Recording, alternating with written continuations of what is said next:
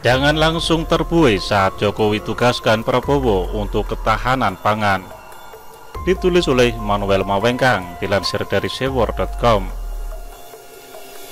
Joko Widodo harus diakui memang punya mata yang jeli dalam memilih bawahan, pembantu, dan menteri-menterinya. Terlepas dari ada kontrak politik agar situasi tidak menjauh situ asu, Joko Widodo mau tidak mau memegang kepala Prabowo dan mengendalikannya. Dalam hal ini, Jokowi tahu bahwa Prabowo ini mantan tentara. Setidaknya orang-orang berlatar belakang militer yang ada di belakang Jokowi cukup patuh umumnya, seperti Menteri Terawan yang patuh, namun terkadang masih kaku. Lalu Prabowo yang katanya sih bersih dari kasus Mei 1998, punya sumpah setia TNI yang katanya masih tertanam di dalam hidupnya.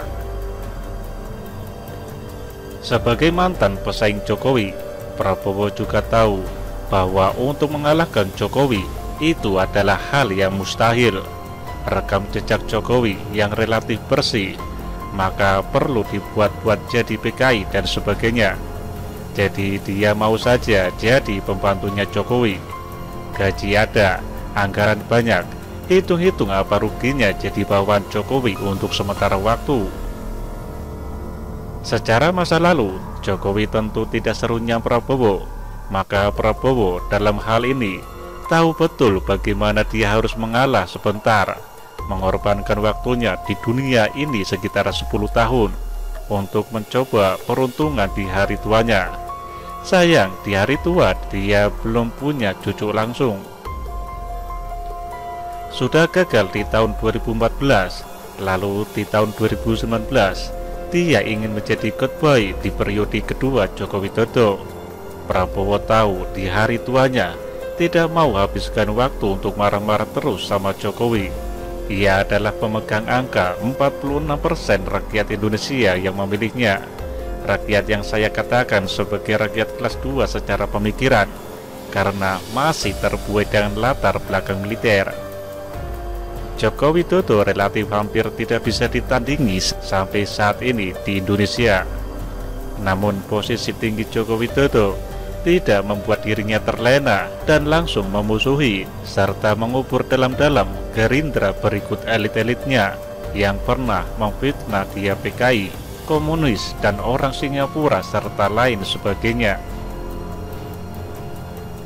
Dalam kasus ini, saya meminta agar rakyat Indonesia tidak dengan mudah terlena dengan Prabowo yang ditugaskan oleh Joko Widodo untuk mengurus ketahanan pangan di Kalimantan Tengah. Kita tahu sama-sama bahwa Prabowo ini adalah orang yang pernah menjadi mantan ketua HKTI. Jadi seenggaknya, sobil pemikiran tentang pangan dia tahulah. Mungkin dia juga suka makan. Tapi dia saat ini adalah menteri aktif Joko Widodo yang tidak secara langsung terjun.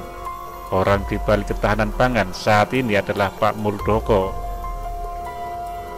Jadi kalau mau dilihat, Prabowo itu harus belajar banyak dari Muldoko. Tapi kenapa ya para pendukung Jokowi itu gampang terlena sama Prabowo yang dulunya kita tahu sama-sama, tapi sekarang kesannya berubah. Saya lebih melihat sosok di balik rekonsiliasi antara Jokowi dan Prabowo. Dia adalah Muldoko, jenderal pensiunan dengan gelar purnawirawan yang menjalankan tugas menjebatani dua jurang yang terpisah. Kita tahu bahwa Muldoko ini adalah sosok yang memahami betul cara politik yang terbaik. Muldoko adalah sosok kalkulator istana yang memberikan perhitungan yang sangat jitu kepada Jokowi. Dia merangkul banyak pihak. Untuk apa? Untuk mengurangi dampak-dampak parah dari kaum Gerindra seperti Fadlizon yang suka bikin gaduh dan ranting-ranting yang mulai kering karena tidak dapat vitamin.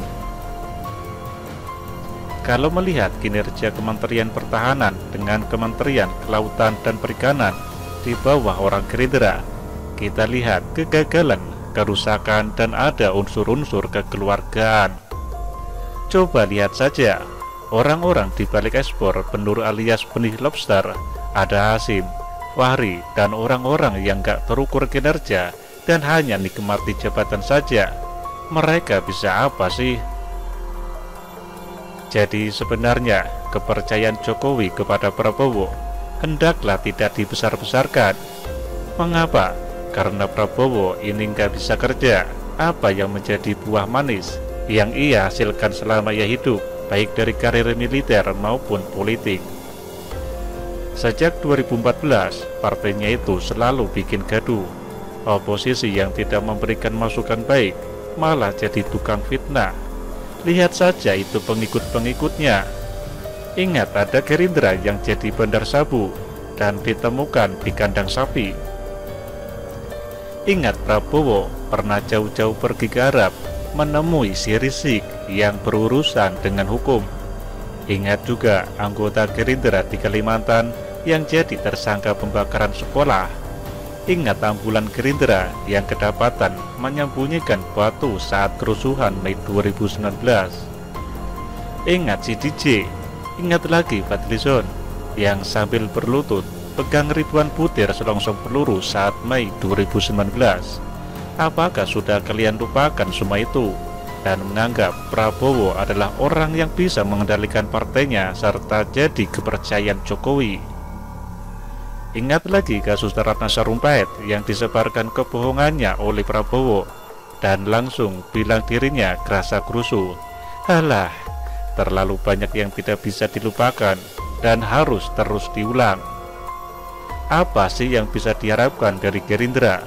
Semoga saja kita tetap bisa mengingat sejarah ini. Ini sejarah dan fakta yang tidak bisa dinafikan. Mau dibuang sejauh apapun, tetap akan muncul lagi. Kalian tidak bisa mungkin menenggelamkan kebenaran dan fakta-fakta yang sudah tercatat di media sosial. Mau harapkan kepemimpinan bangsa di bawah orang yang gak bisa mengendalikan mulut bawahannya. Mau nanti harapkan kepemimpinan yang menteri-menterinya adalah orang tukang nyinyir macam Rocky Gerung, Said Didu, Fadlizon, Fahri Hamzah, si Babe, Bang RR, dan lain-lain. Haduh. Jujur saja, sampai saat ini, meski Jokowi cerdas memilih ekornya untuk kerja buat Indonesia, saya masih melihat bahwa ada unsur kontrak politik di dalamnya. Bagi saya, Jokowi sengaja bikin repot Prabowo agar pendukungnya juga nggak banyak bicara dan fitnah Jokowi lagi. Berlebihankah saya berpendapat seperti itu?